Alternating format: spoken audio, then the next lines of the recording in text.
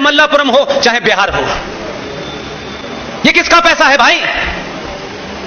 लेकिन 2013 में जो सबसे बड़ा जघन्य अपराध हुआ है, सबने चुप्पी साधी हुई है।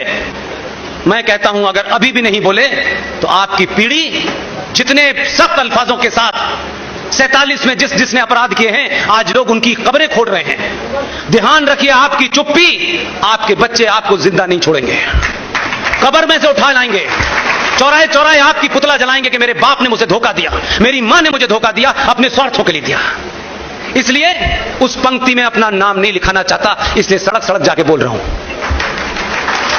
मुझे कोई चाहिए वही नहीं, कुछ चाहिए क्या देंगे मुझे? जो कुछ खुद भिखमंगे वो मुझे क्या देंगे? 2013 में भारत की संसद में दिन के अंदर डाका डाला गया। आज सवाल पूछ लो तो लोग कहते हैं ये हमें पता नहीं है, तो आपको फिर जिंदा रहने का अधिकार भी नहीं है कि अगर आपके मरने का कफन तैयार कर दिया गया, सबके सामने किया गया। 2013 में टेलीविजन था, लोकसभा राज्यसभा की प्रोसीडिंग लाइव होती थी, तब भी आपने नहीं देखी। आप कह सकते हैं कि हम तो पता नहीं चला, अखबार की खबर नहीं पड़ी। भाई घंटों चली। आज तो पिछले 20-15 साल से आपके हाथ में संचार क्रांति का एक छोटा सा आला है, आप उसके माध्यम से भी नहीं जानना चाहते। इसमें कसूर किसी का नहीं है, आपका है। 2013 में भारत की संसद के अंदर वक्फ प्रॉपर्टी कानून को दोनों सदनों से पास करके स्थापित कर दिया गया। शेम का मामला नहीं है, शेम तो बड़ा लाइटर वर्ड है। कभी कभी बच्चे नंगे घूमते कहते शेम शेम शेम, इतना ही है, इसकी इंटेंसिटी नहीं समझ रहे आप। वक्फ प्रॉपर्टी कानून का सेक्शन 40 एक सेक्शन बता रहा हूं मैं, सेक्शन 40 वक्फ प्रॉपर्टी कानून 2013। ये बड़े बड़े मठ, ये बड़े बड़े अखाड़े, ये बड़े बड़े ट्रस्ट, ये मंदिर, ये कोठियां, 5 कारें, 4 बीघे में मकान, 20 बीघे में फार्म हाउस आपका नहीं है।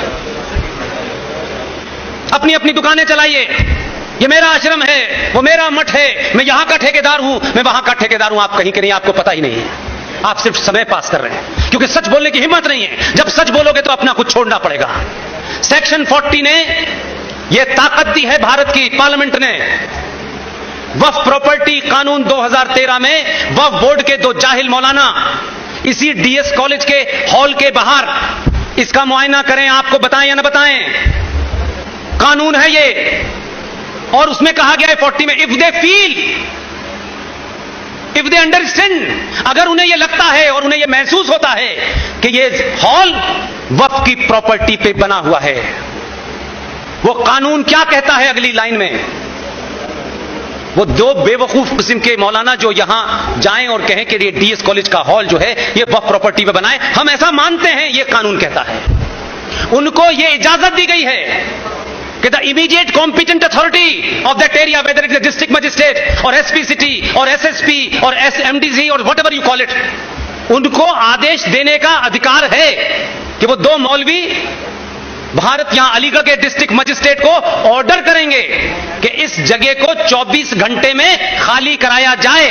डिस्ट्रिक्ट मजिस्ट्रेट को उनका ऑर्डर मानना है, उसको लागू करना है। 24 घंटे में आपको बाहर फेंक करके चाबी वक्फ बोर्ड के पास चली जाएगी। आप अपना कागज दिखाइएगा। आपके उस कानून के तहत यह कह दिया गया है कि आप हाई कोर्ट जाएंगे तो हाई कोर्ट को यह आदेश है कि वो इसकी सुनवाई नहीं करेगा। कानून के हिसाब से वक्फ प्रॉपर्टी बोर्ड का जो ट्राइब्यूनल है उसमें आपको अपनी अर्जी लगानी है। जिसने आपका कत्ल किया है उसी से आप भीख मांगेंगे ये जमीन मेरी है। 90% इस देश में यह काम चालू हो गया है।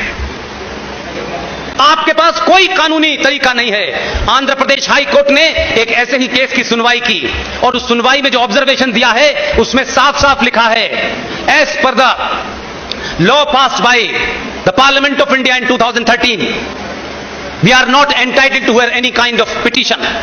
You have to go to the Waqf board. आपको वक्फ बोर्ड में जाकर के मिन्नतें करनी है कि उनको नहीं साबित करना है, उनसे कोई डॉक्यूमेंट नहीं पूछा जाएगा।